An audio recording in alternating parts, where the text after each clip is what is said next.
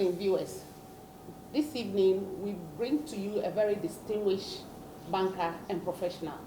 We are on location and we are presently in his office.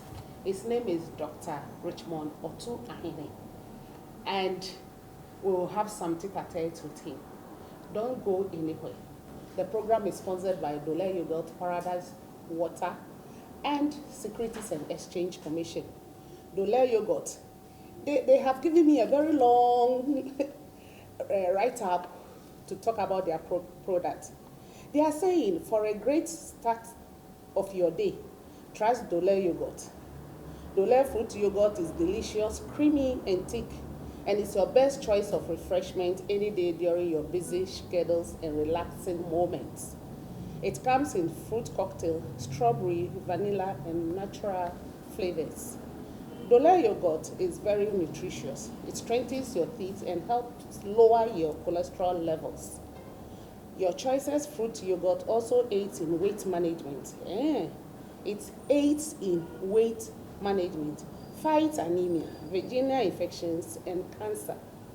It is high in protein, boosts metabolism, improves hair and skin care, reduces the risk of heart disease and osteoporosis.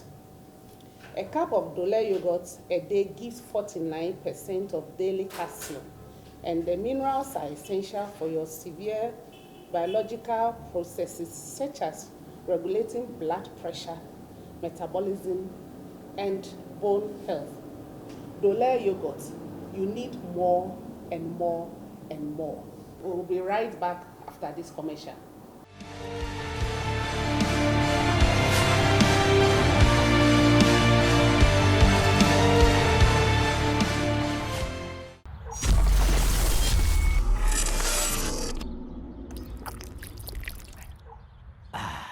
What a new way to cool off and quench your thirst. And now everyone is enjoying the surprising experience of Paradise Park treated drinking water. Hi. Join the refreshing experience and enjoy the all-new Paradise Park treated drinking water. Paradise Park treated drinking water. Drink pure, live more. This advertisement has been vetted and approved by the FDA.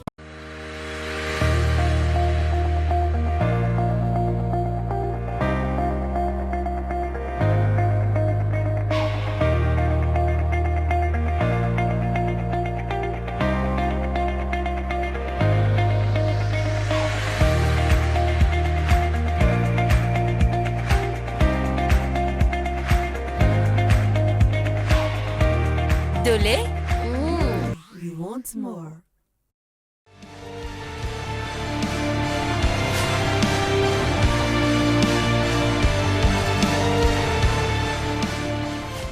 Welcome back from the break. This program is sponsored by Paradise Water, Dole Yogurt, and Securities and Exchange Commission. Dada, good evening. I've been calling you Dada. Sometimes I forget to call you Doctor. We are in Dr. Richmond Otu Ahene's office. Doc, thanks for having us. Thank you very much, Betty. Doc, most people don't know what you do exactly, and they keep wondering, who is Dr. Richmond Otu Ahene? Who is Dr. Richmond Otu Ahene? So who are you? Thank you very much. I am a 63-year-old banking consultant. What I do is that I do banking consulting and development training, advisory services, transactional advice services, and fundraising for companies. And do what we call various advisory, financing, funding services for companies. That's what we do in brief. Okay, so what's the name of your company? I hope since you say you are in business, you obviously have a business name. Yeah, Sama Partners and Financial Consult Limited. There's been a lot going on in the financial industry presently, and as a seasoned banker, what do you think about it? Thank you very much for the opportunity to speak on these issues. I think the industry showed the signs of growth very well and profitability and solvency since 2002 up to 2015. The industry has grown a lot in terms of deposit mobilization, in terms of assets, but I think they all grew at the blind side of regulation and supervision. What I mean by is that the industry expanded, but with little regulation and system in place. If you say that, Bank of Ghana will not be happy because they regulate the industry. Well, so does it mean Bank of Ghana was asleep? Well, I think we even have from what the governor said recently at the bankers' dinner, telling that the Bank of Ghana has failed because he made a statement that his predecessors were not up to the regulatory issues on top of it. So when I say that, there have been a lot of regulatory infractions since 2009 up to now. I think we are living witnesses for the IMF to tell us in 2015 that the asset book of the banks were bloated. So they told Bank of Ghana to do asset quality review for them only to know that the books were bloated. But how come the book were bloated and we weren't aware? Because yearly accounts are done, auditors go to audit, and nobody raised issues until IMF came in. That is why I say that the regulator was also found wanting. Because at the end of the day, they do site and on-site inspection. Yes, I know the returns, the BSDs are sent to them every now and then. But they come on site too. So what were they looking at? What were they looking at? The eyes could not see. Maybe the banks cooked the account in a way. I mean, if you come, what is presented to you is what you look at. Yes. You have the offsite. The offsite comes the BSD report. Yes. When you come on site, you need to verify, test and vouch. You vouch, test and confirm. Because I know they do. I used to be with one of the bank's central accounts. When they come, those transactions that they raise queries on, they ask for the vouchers. I have been witnesses to that.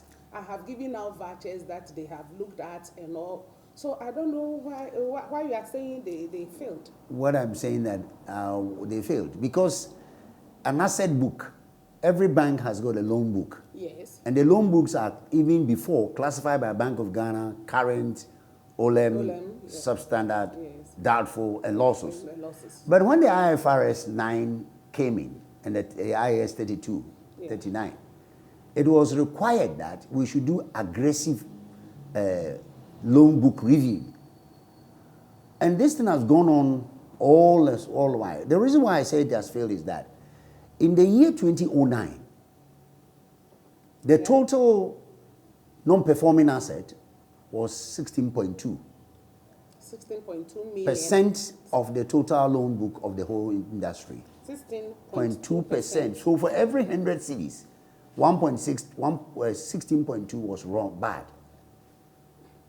I see. Yes. And then 2010, it jumped to 17.6. 2010 to 17.6.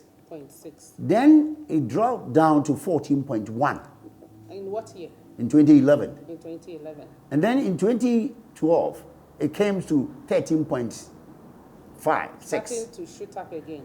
Then it started going to 17, then ended up what we have in 2018, as I'm speaking, is 20.1, according to the Bank of Ghana latest This is on report. the higher side. It is not done in any part of the world. So this loan book, why couldn't we have seen that the loan book were inflated or bloated? It took the IMF in a review in 2015 to draw the central bank's attention that they should conduct what we call a comprehensive asset quality review. And when they did it, they came to realize that 9 banks were impaired. 9 banks. 9. I'm not saying it is from the IMF report. So 9 out banks. of it, 7 is being... Yes, 7 and out of the 9, 7 has gone. That is what the IMF report said. And apart from that, some of the banks relied on consistent emergency liquidity support over the period. If a bank continues, you see, you give emergency liquidity support to solvent bank, and not, you see, you don't give it to insolvent and illiquid bank.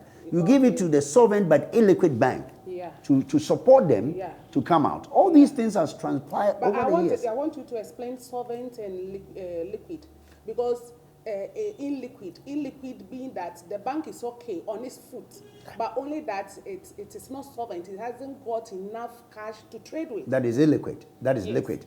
But insolvent is that your asset has been, your capital has been impaired.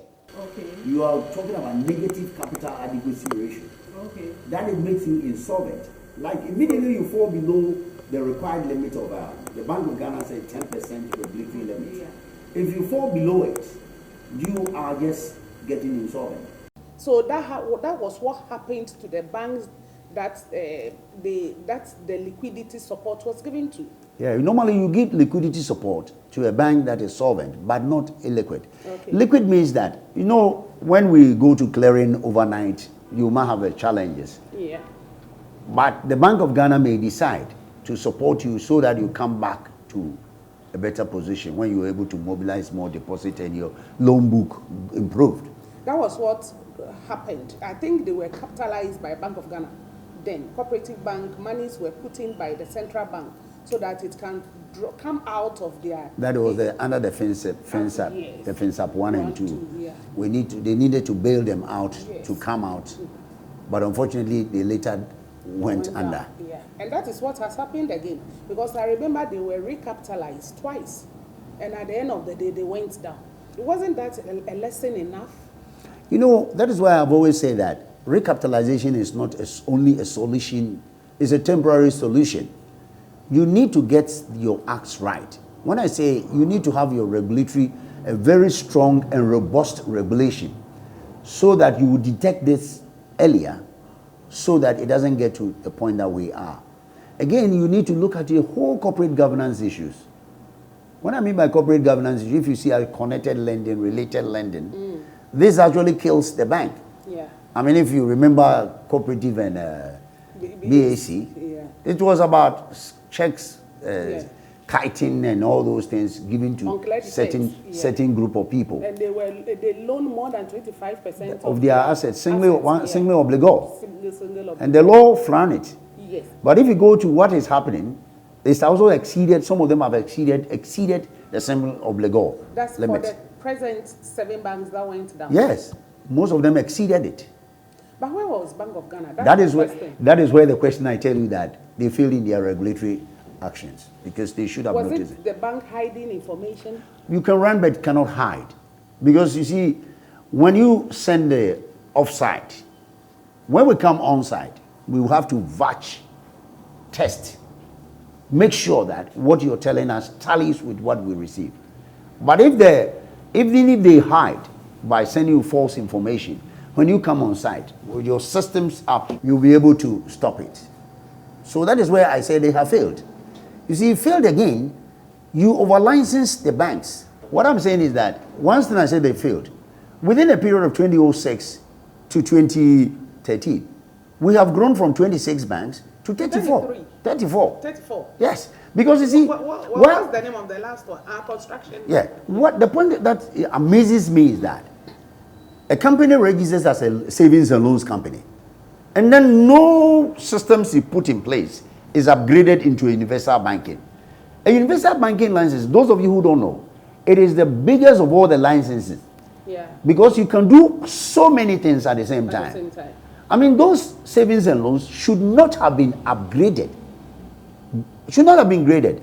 When proper structures have not been No proper structures were laid down. No proper corporate governance structures were down. No systems were there. They didn't even have the men, the military would say men and officers and men. They didn't have it. Because you see, when you're moving from savings and loans, the whole business changes. Unfortunately, these things were not done. So when I say Bank of Ghana failed in that field, I think I'm not wrong at all. You license without even building capacity. They themselves didn't have the regulatory capacity to be able to do it. Because if you're doing on-site and off-site, some of them you will be required to go there even twice a year. Did you have the men? And you see, don't forget, banking was changing faster. And I'm not sure Bank of Ghana were left behind. They were left behind because the bankers were running ahead of them. And if you are running, the regulator following the regulated, you're going to have a lot of problems. That one, it will crash. I mean, governor said in one of his papers that there were regulatory forbearances. What they do is that instead of closing banks earlier, they were postponing the action of closing. But they did that quickly with Cooperative and Bank for Housing. You see, that was a different regime. That was a different regime who understood what regulation and supervision were. They were very proactive. They were very proactive because the more you delay, the more it costs the taxpayers more. The more you delay to take immediate action. It's just like going to clinic and doctor tells you that you need a surgery. If you don't go for the surgery, what happens is another thing. But unfortunately, instead of taking action to cut your losses, they delayed. Some of the banks were dead in 2013, only to be closed in 2016.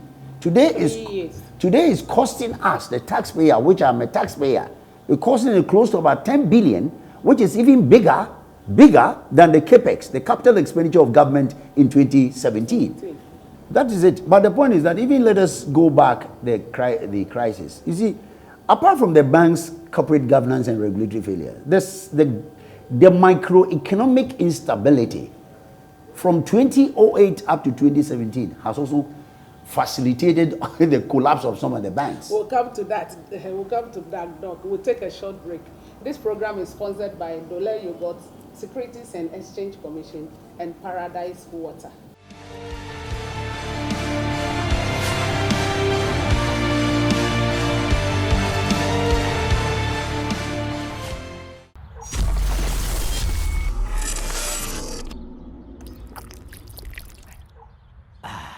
What a new way to cool off and quench your thirst.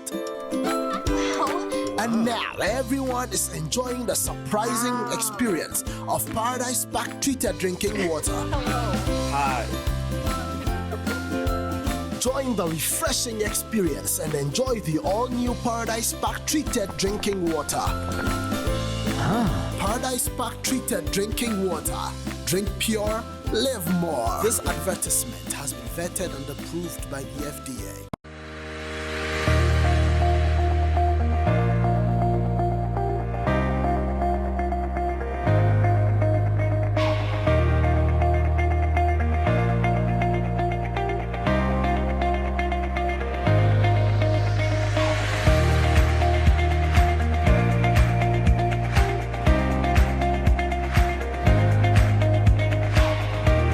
Dole?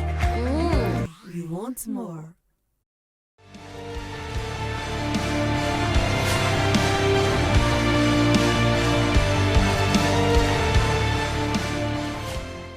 Welcome back, viewers. This program is sponsored by Dole Yogurt, Securities and Exchange Commission, and Paradise Water. We were talking about the microeconomic stability and inflation, because I was saying that if the banks have been capitalized or the banks have been liquidated early, like they did to Bank for Housing and Cooperative Bank, it wouldn't have cost the country this much. Well, when we talk about this microeconomic stability, we're talking about a period where the economy was under a serious stress, like high inflation, depreciation of currency, high fiscal deficit, high current account deficit, and high interest rate. Yeah.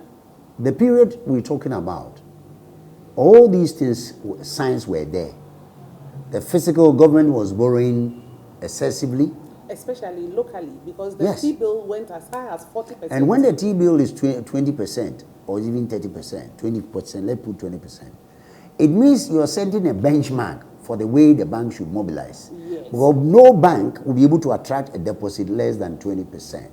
So bank would have to move it to about 22, 23. So maybe let's look at this scenario. You know, at 2000, when Cooperative Bank was liquidated, the interest rate for treasury bills was as high as 40%. And it didn't get to this stage You see, when you say that, what we're saying is that if your T-bills are 20%, simple as that, bank benchmark is 20% to attract deposit. No rational human being will give you deposit less than the T-bill rate. Yes. And then when we get that one, we've forgotten that we have to have cost of fund. It's We need to put margins. Yes. We need to look at where the loans are going. So a benchmark basically, has already been created. created. So when your benchmark is very high, that is why the government is trying to make sure that the T-bill rates can drop to say 10%. But this government has actually done well by not borrowing on the local market. Because if you borrow, the more you borrow on the local market, the more the treasury bill rate goes up.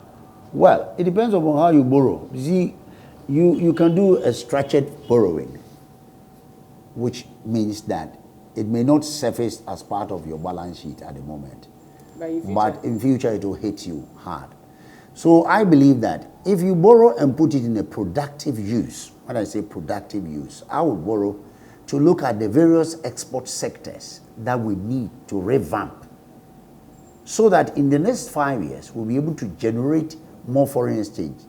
That one is not bad. But if you borrowed and you just consume and give it to various people to support your party or to support you, then you're not doing anything.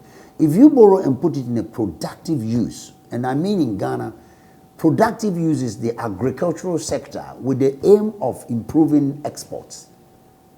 Because you see, you can't go to agri when you're being charged 20% or 25%. No. So you need to have a very good, lower interest rate before you take it there. And if export would also come from this. But say, I think there is a mismatch somewhere. Because you don't expect agri sector to borrow from the banks. Where would they borrow from? They should borrow from the capital market. Hey, no. The banks itself, the financial market is for working capital. Banks' money are short term. The maximum we can give you is between 5 to 10 years. That's the maximum. But on the capital market, you can get a perpetual amount of money from that you can trade with perpetually. Betty, let me land. So if you want to go into such areas, you should rather go to the capital market, mobilize money, and then start your work. Come to the financial market and then borrow for working capital. If you walk, so that you will not have to pay high rates. If you walk into the capital market, what have you got to show? They don't just give money by giving money. You need to prepare your projections, your financial projections, your business plan. It's the same with the financial market. No. But when you go to, when you see, the reason why we are missing all these things in this country, Dr. Kwame Nkrumah did something which most of us haven't appreciated it. Nkrumah said, I want to develop my agri sector. I want to develop my industry. He established ADB in 1965 and established NIB solely to support development, to create developmental agency where you can access credit. Going to the capital market, who looks at my project feasibility from a condomra? No. So that is why Kwame Nkrumah, in his own wisdom, brilliant person, said, look, I'm going to set development banks. Their job is to take care of the agri and industry. But when it came to our generation, we are smart, but not wise. So we've turned development bank into universal banking. If you know the history of NIB, NIB has been a bane of manufacturing. Yeah. Go to Aluex. That's why the industrial area. Go to Aluex. Even go to the Nestle. When it was food specialties, it was financed by NIB. You see, we think we are smart, thinking that we cannot develop this nation by using universal banking. And let me say it here, now and then. Countries that has developed, like Malaysia and Singapore, they have developmental institutions that support developing certain sectors. Who wants to lend to agri? Very risky area. Interest rate going for 30%. No bank. If you look at the bank total portfolio for agri, it's insignificant compared to trade and what they do. That is why Dr. Kwame Nkrumah is saying that So then you should realize that the central bank, that's BOD, was both regulating both the capital market and the financial market. Before. Yes, it was merged. So there was no distinction between the capital market and the financial market. But now that there is this wide distinction, we have the Securities and Exchange, the SEC is there. Then we should advise people who want to go into manufacturing, who want to go into big time agri, to go source their funds there and come to collect When I heard a capital market man talking like this, it doesn't exist anywhere. It doesn't. You need first to have a development institution which will bring them up. And when they get to a certain level, then they can access the capital market for funding. But sir, with this present interest rate, as you've already said, how do they break even? That is why the government... Looking at how insignificant the bank's budget is towards agri. That is why I like what the current finance minister is saying. He said, I must establish a development bank. And when I establish it, we can source long-term capital for them to help the agri sector and the manufacturing. Because you see, we cannot go the way the other people are going. We need to nurture them. We need to support them. That is why I like about his concept. I was even thinking that they should reinstate the development banks institution like NIB and let ADB focus on agri. Recapitalize them, not with the 400 million, recapitalize them with $1 billion.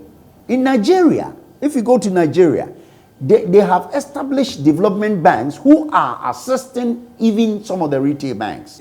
So our time is up. And then I know this is your baby. You are so passionate about it. We'll end this program and we'll still continue next week with Dr. Richmond Atuahene. Thanks for watching Time with Your Banker and Financial Advisor, sponsored by Securities and Exchange Commission, Dole Yogurt, and Paradise Water. See you again next week.